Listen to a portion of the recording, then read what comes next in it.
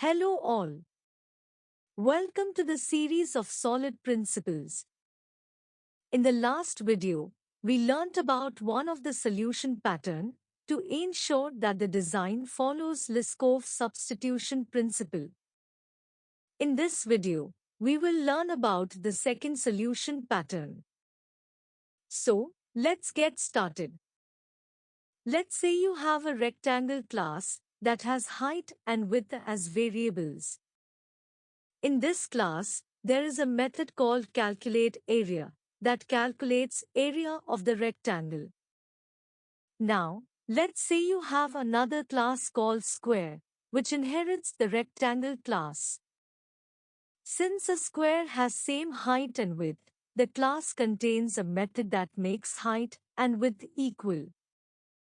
Now, our goal is to calculate area of some squares and rectangles. So, let's create two rectangle instances and one square instance. Now, we will iterate these list of objects and calculate area of them.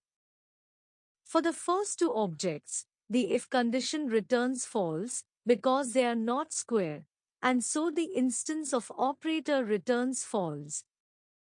So, it skips what is inside the if condition, and it simply calculates area of rectangles.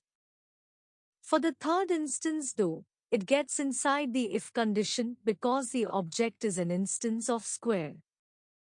Therefore, it calls make height equal to width method, which considers width as the side of square and replaces value of height with width, thus making them equal. After this method call, area of square gets calculated. What we see in the main method is not a good design approach. This is against the Liskov Substitution Principle. We should be able to deal with all the objects as rectangle objects itself, instead of typecasting to square for some of them. Let's restructure this code such that it follows the Liskov Substitution Principle. First, we will override the calculate area method in the square class. The overridden calculate area method, in turn, will call the make height equal to width method. Now, we will do the corresponding change in the main method by removing the if condition. This is the only change we need, as the calculate area method in square class is overridden, to take the additional method call into consideration. By doing this, the Liskov substitution principle gets passed now. So, in this particular example, rectangle objects can be substituted by their square subtypes without affecting the correctness of the program.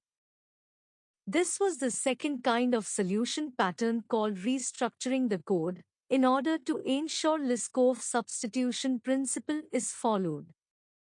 So, to sum up, we saw two solution patterns. The first one was to break the hierarchy, and the second solution is to restructure the code.